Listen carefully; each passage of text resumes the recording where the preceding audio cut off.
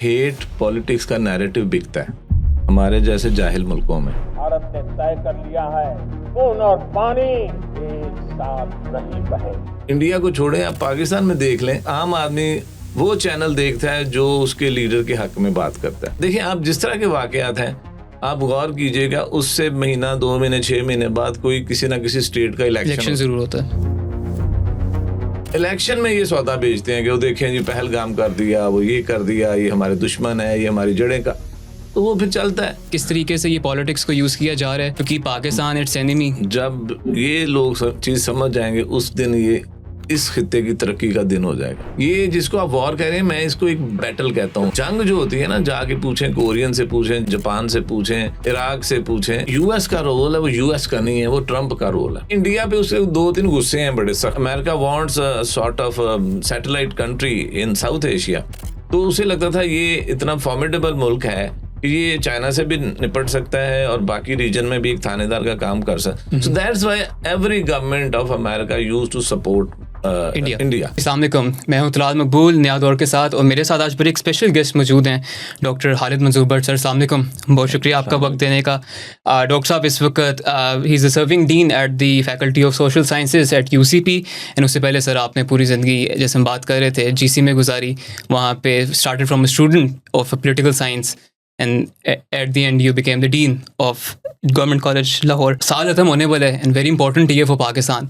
Strategically, security wise जंग हुई, पहली दफ़ा जो जनरेशन जी है उन्होंने देखा कि जंग भी क्या चीज़ होती है, एंड स्टार्ट हुआ पहलगाम से एंड एस्केलेट हुआ मामला 7 मई के बाद, और अटैक्स हुए वहाँ पे। सर, इसको आप किस तरह देखते हैं? What were the political factors जो इंडिया इस तरह का रिस्क ले रहा था with the nuclear state power?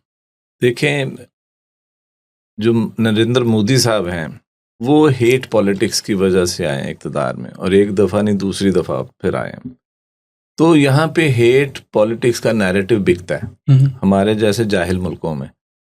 तो उन्होंने वही वो कर रहे हैं, वो नई चीज़ तो नहीं कर रहे हैं। और उसके अलावा इंटरनेशनली भी ये जो हेट पॉलिटिक्स है बहुत कामयाब जा रही है। अब you can start with Trump and all over the world, आप देखेंगे कि वो लीडर सामने आ रहे हैं या वो पॉलिटिकल पार्टीज़ जो नफ़रत और हेट बेस्ड पॉलिटिक्स करते हैं, और उससे आप आम आदमी को सेंटिमेंटल कर देते हैं और जज्बाती कर देते हैं, और वही उनका बिकता है।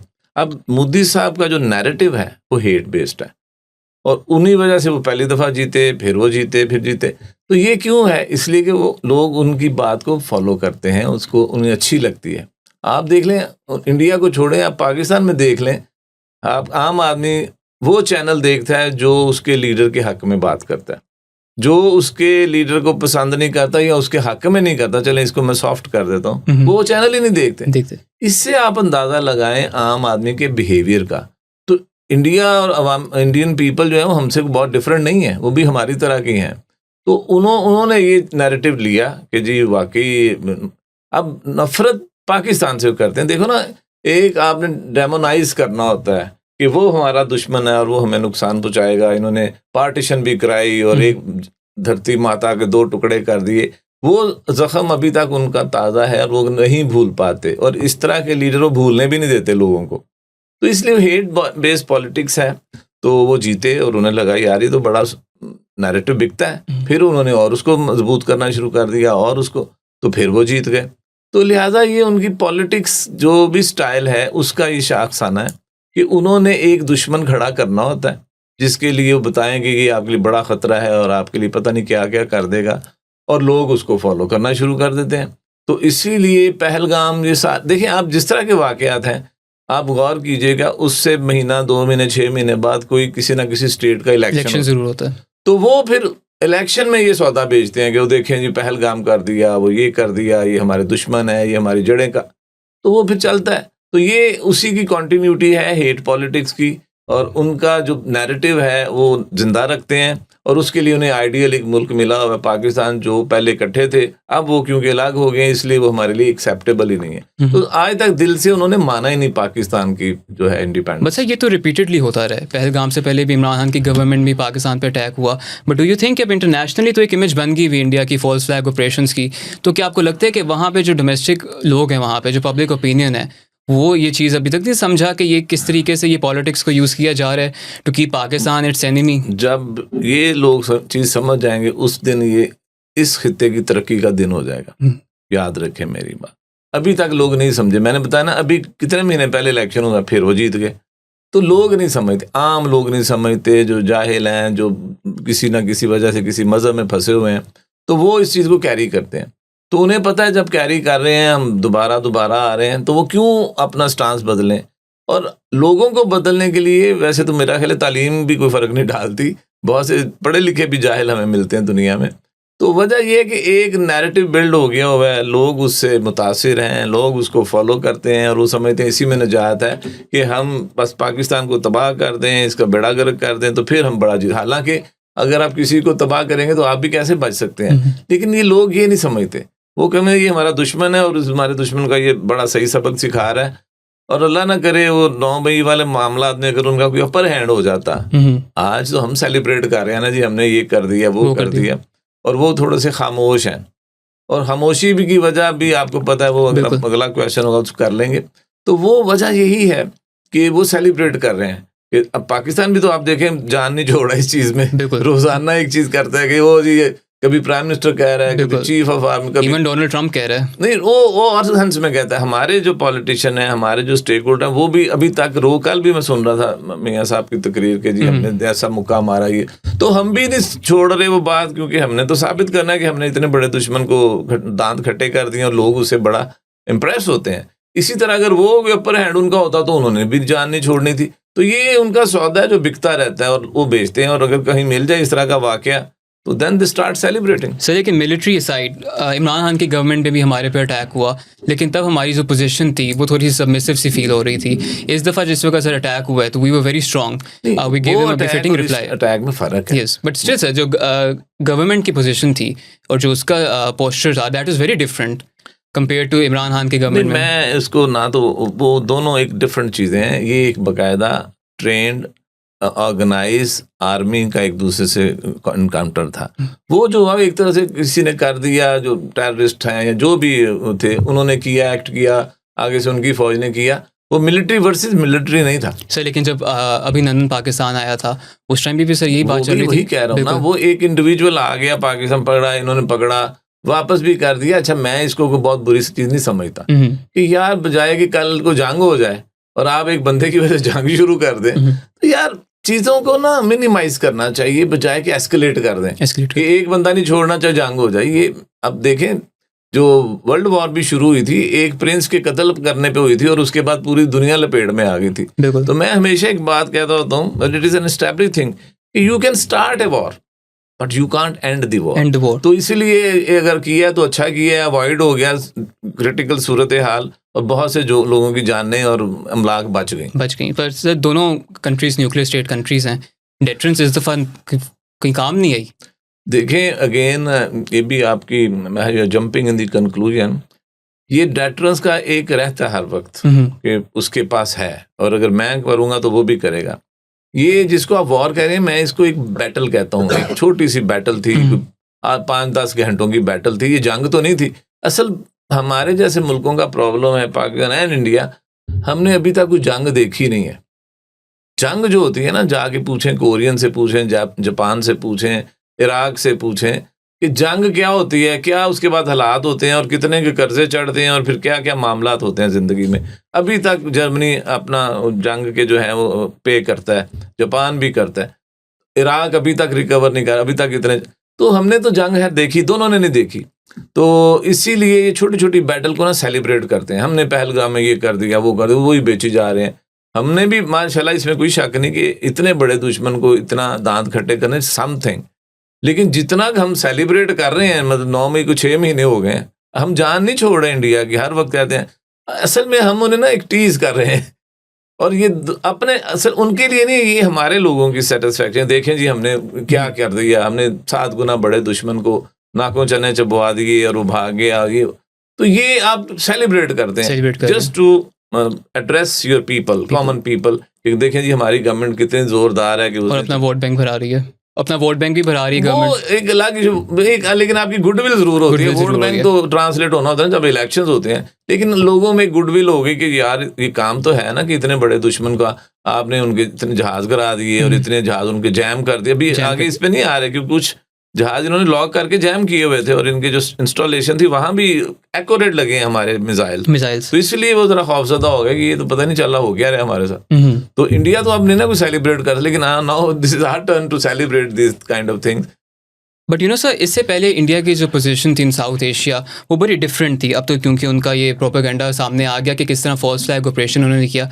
सर यूएस का एक बहुत बड़ा रोल है इस जंग के अंदर, जब पाकिस्तान ने रिटेलिएट किया, अटैक करना शुरू किया। ये क्वेश्चन आपका बड़ा अच्छा है। देखिए यूएस का रोल है वो यूएस का नहीं है, वो ट्रंप का रोल है।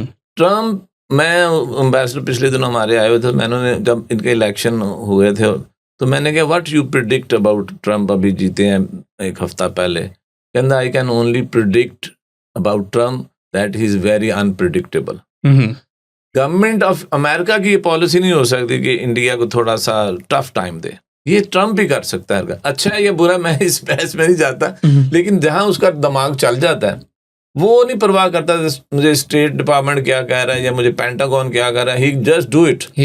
तो उसने इंडिया पे उसके 2-3 गुस्से हैं बड़े सख्त।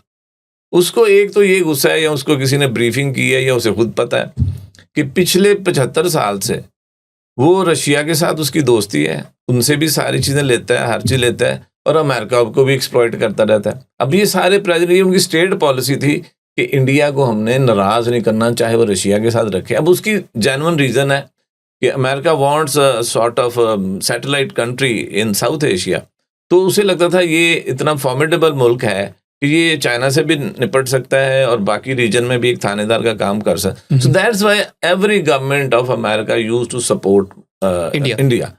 अब इसने, मैंने बताया ना, इसने बड़े अनप्रिडिक्टेबल हरकतें की हैं। एक तो उसको ये गुस्सा था जो मुझे लगता है कि 75 साल से हमें भी पैसे ले रहा है, हर चीज़ टेक्नोलॉजी भी ले रहा है, सब कुछ ले रहा है और ऑयल जो है वो रशिया से खरीद रहा है और वो बड़ा सस्ता मिलता है। तो उसने कहा ये बड़ा अनइवन हो जाता है कि आप दादे हमसे लें और सस्ता ऑयल जिस पे बैन है, रशियन ऑयल नहीं कोई खरीद, जैसा हम ईरान से नहीं खरीद सकते ऑयल क्योंकि इंटरनेशनल बैन है, तो रशिया को भी एक तरह से उन्होंने बैन ही रखा हुआ है। तो इंडिया उनसे धड़ाधड़ खरीदा जा रहा था।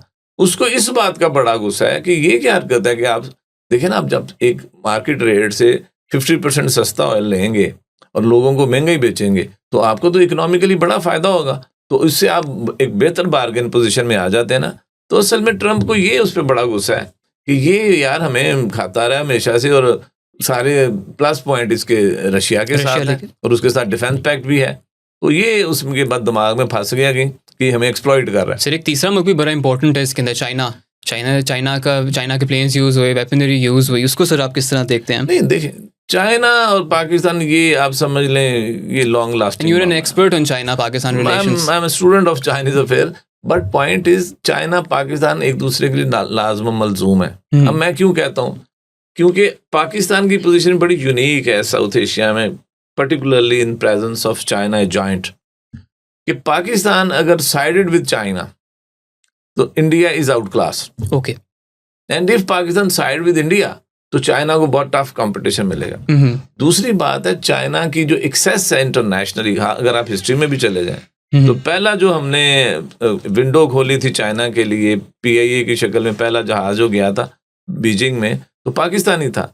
इसी तरह हेनरी किसिंजर का जो टूर आपने अरेंज किया भुट्टो साहब, वो भी उस वक्त इट वाज नोन कि Pakistan is a window for China, क्योंकि चाइना का बाकी पूरी दुनिया से राब्ता मुनक़ता था। अब एक ये पुराना एक पाकिस्तान का उस पर है बड़ा।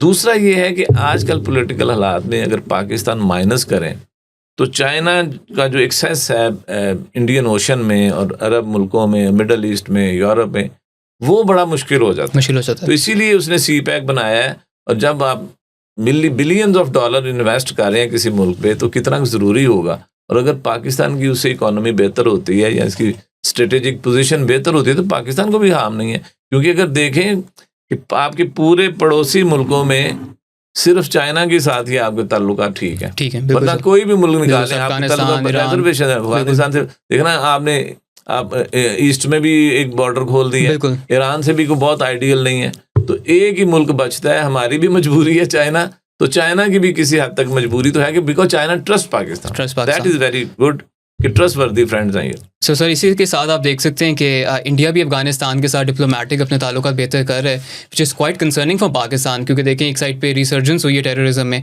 टीटीपी वाले मैटर के ऊपर अफगान गवर्नमेंट आके पाकिस्तान के साथ बैठ के नहीं बात करना चाह रही।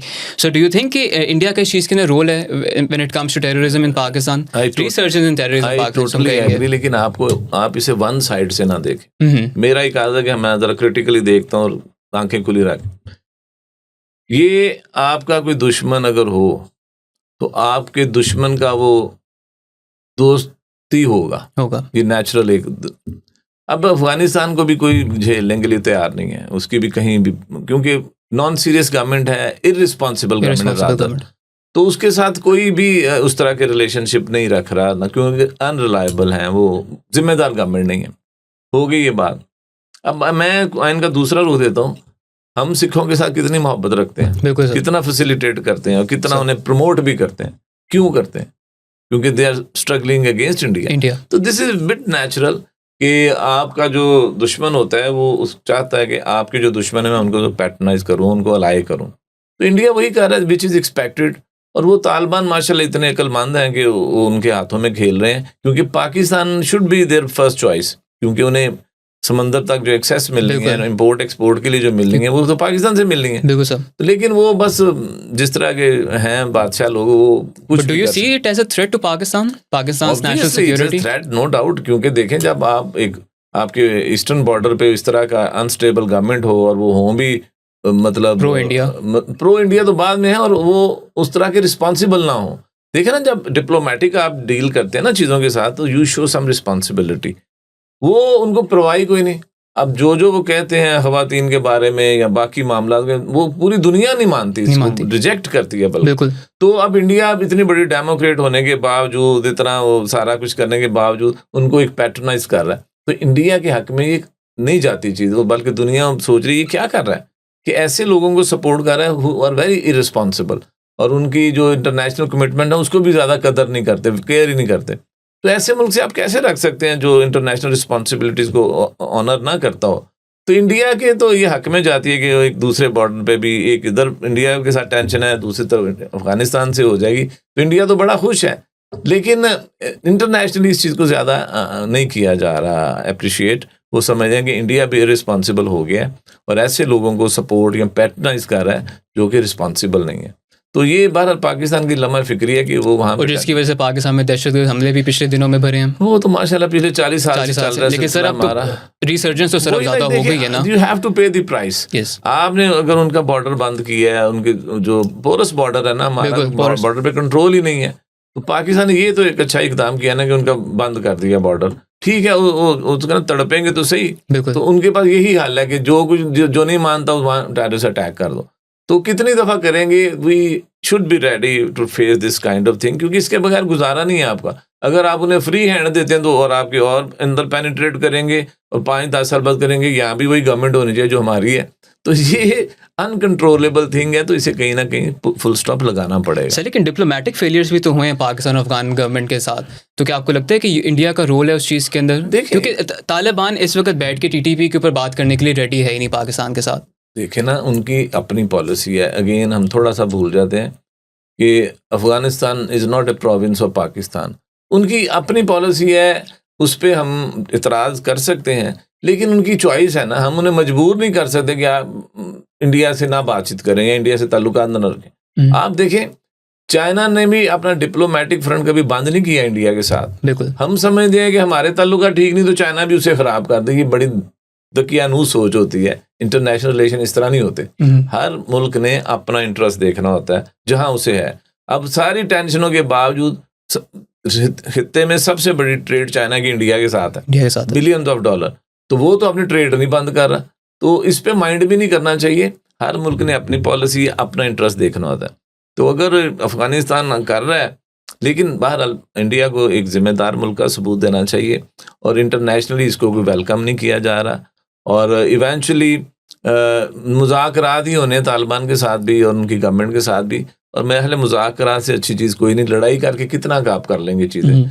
तो जहाँ इतना बड़ा 2000 किलोमीटर का बॉर्डर है, कहाँ कहाँ आप रोकेंगे? तो बेहतर है पॉलिटिकली उन्हें इन्वॉल्व करें, और इसमें China can play a very important role, और China is playing a role, लेकिन वो इतना विजिबल नहीं है अभी। मुझे पता है कि they are making their efforts, लेकिन उनको जो सबज बाग इंडिया ने कुछ दिखाया उसके हथे चढ़े हुए हैं, और मुझे लगता है इन फ्यूचर, नियर फ्यूचर, वहाँ पे रजीम चेंज होगी अफगानिस्तान में, क्योंकि बहुत से अफगानी और बहुत से दूसरे ग्रुप उनकी इस पॉलिसी से एग्री नहीं करते। तो मुझे कहीं लगता है कि एक रिफ्ट होगी और फिर एक रजीम चेंज होगी और फिर कोई नॉर्मल गवर्नमेंट आ जाएगी वजूद में। सर जैसे भी आपने कहा, जी बल्कि अभी आपने मेंशन किया कि diplomacy is the way forward, so do you think diplomacy होती है नॉर्मल इंसानों के साथ, बिल्कुल, जो किसी बात को समझते हैं, आर्गुमेंट को समझते हैं। अब वो हमारी जब चल रही थी तो वो कहते थे हम, आप कहते हैं हाँ जी ये चीज़ गलत है, उन्होंने कहा लिख के हम एग्रीमेंट करें, लिख के नहीं देना ताकि हम बैकआउट करने में आसानी रहे। तो इसलिए मैं बार बार जो एक बात लफ्ज़ यूज़ कर रहा हूँ ना कि दे आर इररिस्पॉन्सिबल,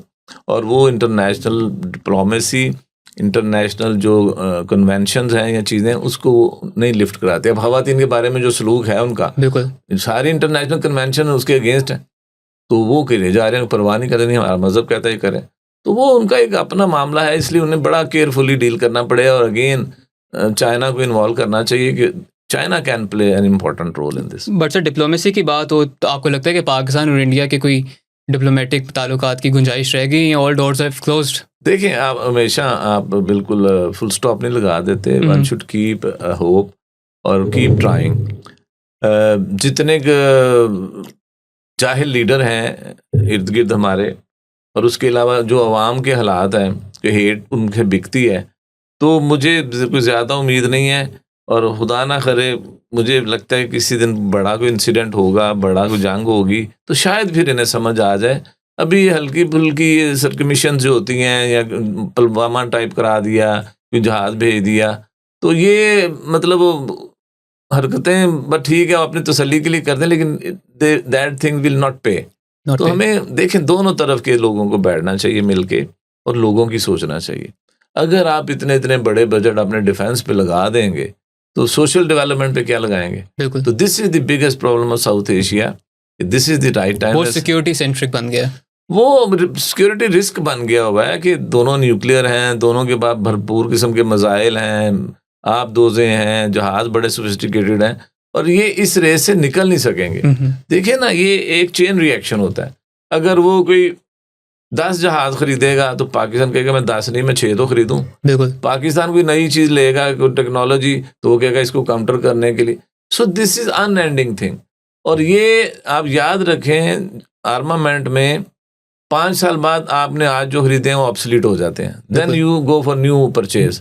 तो ये ना खत्म होने वाले मामला शुरू हो जाएगी दोनों मुल्कों के बीच में, शुरू हो क्या जाएगी, शुरू है, और ये बढ़ती रहेगी।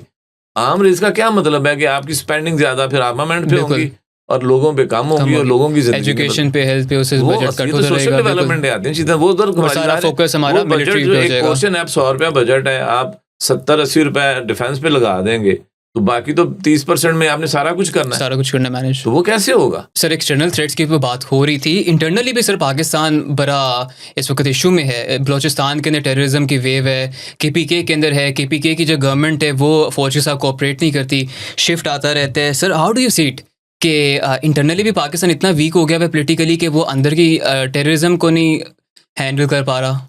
टेररिज्म तो एक अलग चीज़ है, लेकिन यू आर राइट कि इंटरनल बहुत से फ्रंट खुले हुए हैं। तो जब तक आप इंटरनली स्टेबल नहीं होते, क्योंकि कई थिंकर्स का ख्याल है कि foreign policy actually reflect your internal strength. अगर इंटरनली आप स्ट्रांग हैं, फिर आपकी फॉरेन पॉलिसी और तरह की होती है। अगर आप इंटरनली कमज़ोर हैं, बहुत से फ्रंट खुले हुए हैं, बहुत से मसाइल हैं, तो फिर फॉरेन पॉलिसी आपकी भी डाइसी सी होती है। Having said this, now I am very hopeful about the system which is going on right now, because ये बड़े ही सालों, क्योंकि हमने पिछले 40-45 सालों में देखा है, since Benazir came and then Nawaz Sharif, Benazir, वो हमें लगा है कि बड़ी बात है, लेकिन मैं कह रहा हूँ कि I think we are not meant for democracy. हमारे जीन्स में कोई मसाइल हैं। आप देख लें, 55 इस्लामी मुल्क हैं, बिल्कुल 2 या 3 में डेमोक्रेसी है, बाकी में सारा टोटलिटेरियन वाला सिस्टम है। तो एक तो ये वजह है। दूसरा, डेमोक्रेसी के लिए ना एवोल्यूशनरी चीज़ होती है कि ग्रो, जिस तरह इंडिया ने ग्रो की है, उनकी प्री पार्टीशन भी कांग्रेस में डेमोक्रेटिक वैल्यूज थी, हर साल इलेक्शन होता था, तो उन्हें वो चीज़ें आती हैं और डेमोक्रेसी इसीलिए चल भी रही है वहाँ, क्योंकि उनमें पॉलिटिकली टॉलरेंस लेवल है और आप एक दूसरे को एक्सेप्ट करते हैं, इलेक्शन ठीक होते हैं, सारे मानते भी हैं। हमारे वो डेवलप ही नहीं हो सकी। हमने कोई 7-8 तजर्बे कर लिए हैं सिंस 87-8 कि वो कभी वो। अब इसमें प्रॉब्लम क्या होता था, हम हमेशा सियासतदानों को मुर्ज़े इल्ज़ाम ठहराते हैं कि वो, लेकिन मेरा ख्याल है इसमें सभी का रोल है। इसमें पाकिस्तान उस वक्त तक स्टेबल नहीं हो सकता जब हमारी इस्टेब्लिशमेंट और पॉलिटिकल पार्टी जो इन पावर है वो एक पेज पे ना हो, क्योंकि हमने यही देखा है पिछले 25-30 सालों में कि जो पार्टी पावर में आती है किसी ना किसी बात पे उसकी चपकलिश हो जाती है या डिफरेंस ऑफ ओपिनियन हो जाता है, फिर वो इस्टेब्लिशमेंट उसको हटाने के, आपने अब तो सारी चीज़ें सामने आ रही हैं। गुल हमीद का देख लें, अभी देख लें जो फैज़ हमीद का, उससे पहले भी जो बिल्ला क्या उसको बोलते थे, तो वो एक नए काम पे लगे होते थे कि अब गवर्नमेंट से हो गया तो अब इसको हटाना कैसे है, और फिर हमारे पॉलिटिशियन भी उनके फंस जाते हैं कि वो उसमें हिस्सेदार बन जाते हैं।